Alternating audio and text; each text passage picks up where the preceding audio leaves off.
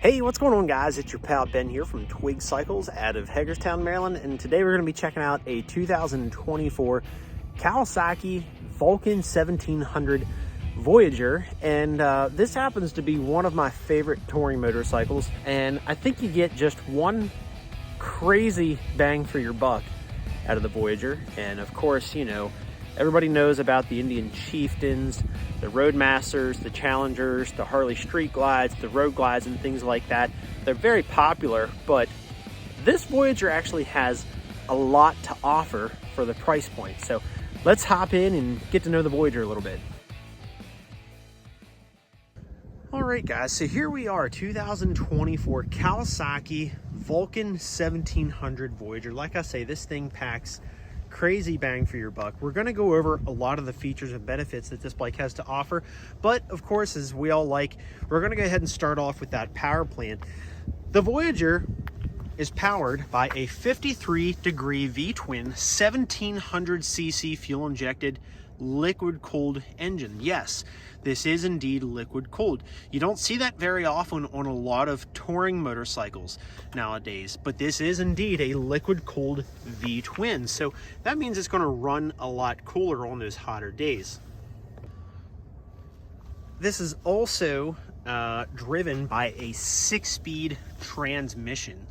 So 1700cc liquid-cooled fuel-injected V-twin motor with a 6-speed transmission in this bad boy.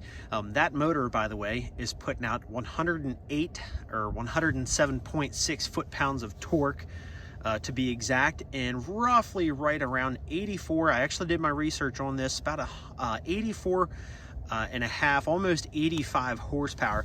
Of course, V-twins are not notorious up until recently for putting out a ton of horsepower, but they are known for putting out a lot of torque. So like I say, about 108 foot-pounds coming out of that 1700cc V-twin. That is plenty of torque to carry you and some luggage, or you and a passenger in some luggage. And as you can see, we do actually have hard lockable bags on the Voyager. We also have a trunk on the Voyager, which does indeed fit a full face helmet. As you can see, I got my personal helmet inside there. Now, as we make our way up to the front end of this bike, you can see we do have nice big front headlight, nice and bright. We do also have the passing lights, or fog lights as some folks call them. Working our way down here, Showa front forks, and just above that 130/90/16 tire, you can see labeled on the front fender ABS K-Act. This bike does come standard from the factory with an ABS braking system, and that is Kawasaki's co-active braking system, which means you do have front and rear linked brakes on the Voyager, which is pretty cool. Big safety benefit there. So as we work our way back, you can see we do have factory outfitted engine guards, and wrapped around those engine guards, we do have right and left hand side front lowers. So for a little bit of wind protection in the colder months, you have these lowers. They're going to help with a little bit of wind protection. And if it's a little bit hot out and you want to allow a little bit more airflow, you can pop this pocket open, and allows for some airflow through there. Working our way back, you can see we have floating floorboards, and what I mean by that is these are like a rubber mounted floorboard, and that's just going to help with some anti-vibration. Not that this bike vibrates at all. These are like one of the smoothest operating V-twin motorcycles on the market, but you know, hey, every little added comfort helps, right? And moving our way back here, you can see we also have floating passenger floorboards as well. Working our way back here, you can see we also have some protection on the rear end to protect our hard bags.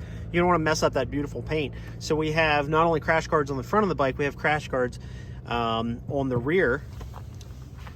And speaking of your saddlebag, they are lockable, by the way, but you have plenty of space inside these left and right hand side bags.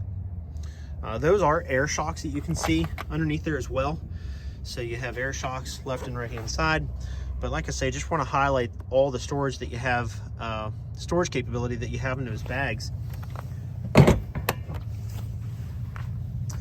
And again, working our way back, we have our top case, which I just showed you a little bit ago. So we'll pop this puppy open, and you can see I do have my full face helmet inside there. I should have brought another helmet along here. Probably it really depends on the brand and the shape of the helmet. You could probably, I'd say you could definitely fit 2 full face helmets in there, depending on how you have everything arranged in there. But yeah, so just something to keep in mind. But nice big trunk, and I like that this opens up to the left. You know, for those of you that are familiar with like the Honda Goldwings, the Goldwing trunk opens forward. So if you have a passenger there, they either have to get off or lean forwards for you to open up the trunk. So this is just a nice little added feature that it actually opens up to the left. All 3 bags are lockable, by the way. You do also have some lockable storage up by your fairing, which we'll get to, but all 3 bags are lockable, of course. So pretty neat. The other thing too is if you actually have the key turned on, you can still take the key out. If you have your bags locked, you can still take that key out and lock or unlock your bags. So that's pretty cool. And I'll show you the left-hand side bag again. So again, yeah, just a good amount of storage. I mean, you could fit a lot in there. So not only is the bag itself pretty deep, but you can see the lid has some pretty good depth. So, you know, you got a lot of storage from this bike. A lot of storage capability, a lot of touring capability. Again, we have our passenger floorboards, crash guards. We covered that on the other side. Working our way back towards the front here, as you can see, badged right there on the side of the engine. 6-speed transmission I had mentioned on the other side, and just below that you can see heel toe shifter comes standard from the factory. So you get the heel toe shifter. Normally that's something that you have to get from the factory as an accessory, but this comes with it. And we're back up towards the front. So, and by the way, this is a frame mounted fairing. So similar to the Indian Challenger or the Harley Road Glide or the Honda Goldwing, this is a frame mounted fairing, which means if I turn the handlebars, the wheel turns, but the fairing stays still. You'll have mixed reviews from different riders. I will tell you my personal opinion. I do feel that that takes some of the weight off the handlebars, but that's my own opinion. Everybody else has mixed opinions. You know, years ago I would have told you it doesn't make a difference, but you know, riding these things more and more, I've been riding more and more V-twins and baggers and touring bikes over the past, you know, 2 years or so.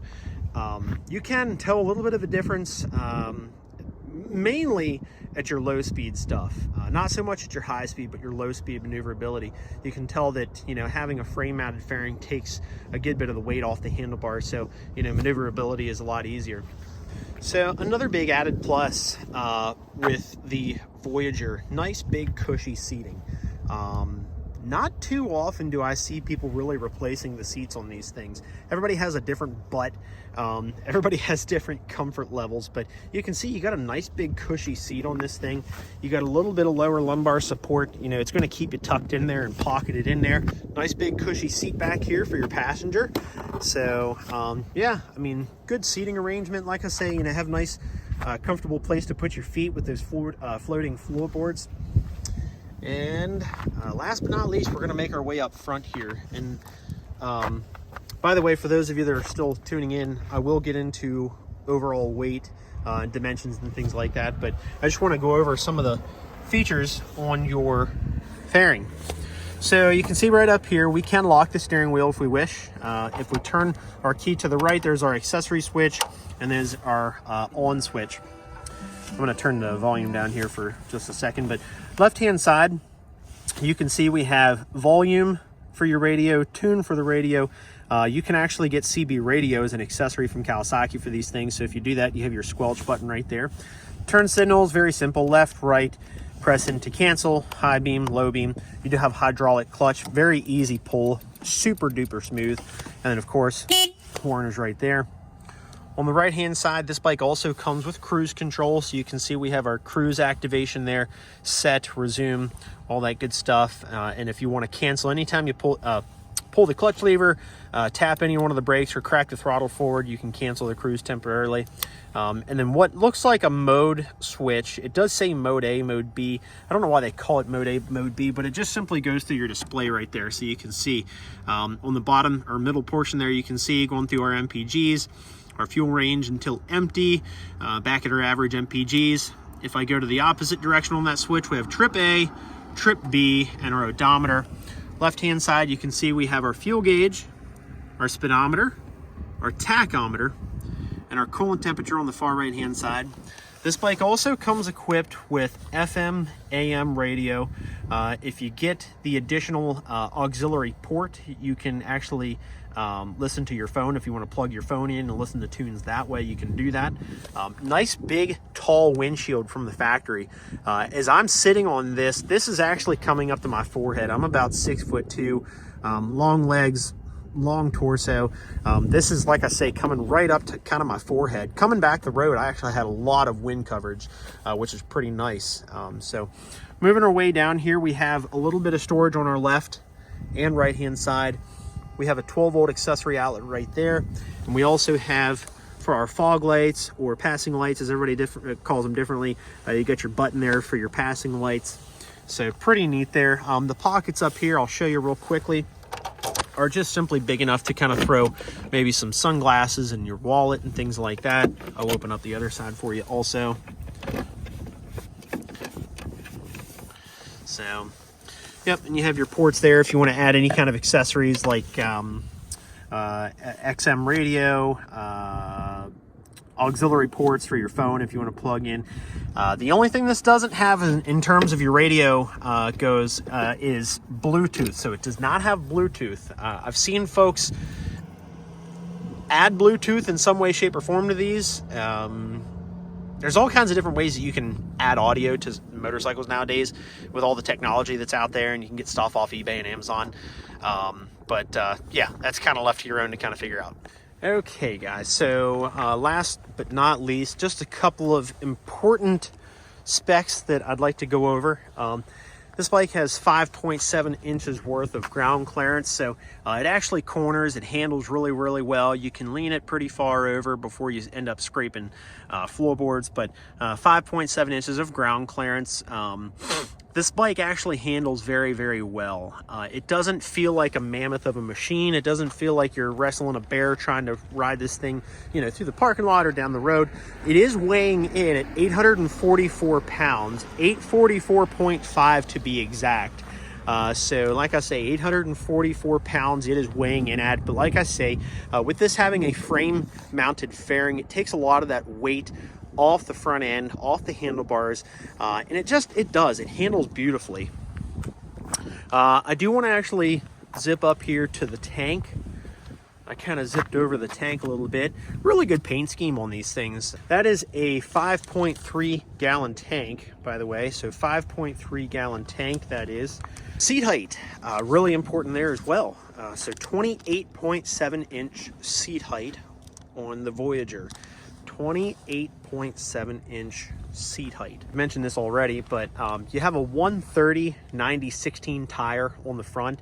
You have a 170/70/16 on the rear. So we're gonna bring this video here to a close, guys. Gonna give you a quick 360 here to close things out. Like I say, you're getting linked braking on this thing, ABS brakes, you got front and rear crash guards, floorboards for the rider and passenger. You have plenty of storage with the lockable saddlebags and lockable trunk. Nice big tall windshield, frame mounted fairing, so it's going to handle very, very well. The bike's coming in at 844 pounds, 28.7 inch seat height. You got a 5.3 gallon tank. Really classy looking bike. I should go ahead and fire it up here for you also.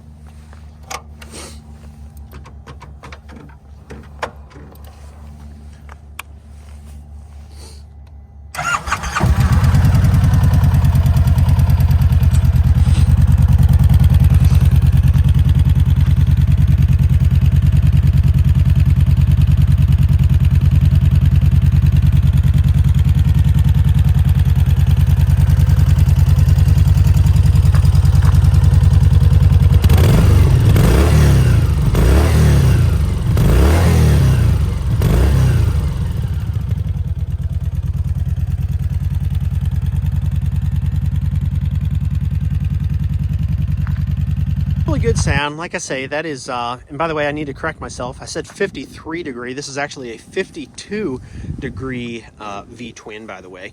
But like I say, 1700 cc V-twin, liquid cooled.